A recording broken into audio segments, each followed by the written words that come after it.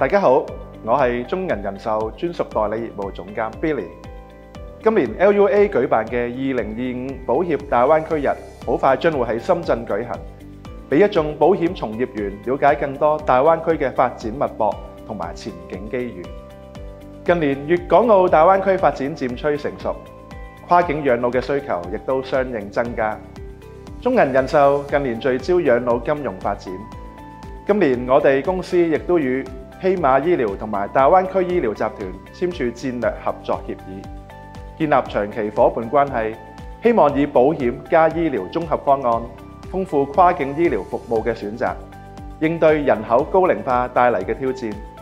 除咗滿足客戶多元化同埋高質量嘅看養保障需求，更促進大灣區內醫療金融一體化建設，支持大灣區健康事業嘅可持續發展。中銀人壽全力支持2025保協大灣區日，喺11月27日，我哋約定深圳見。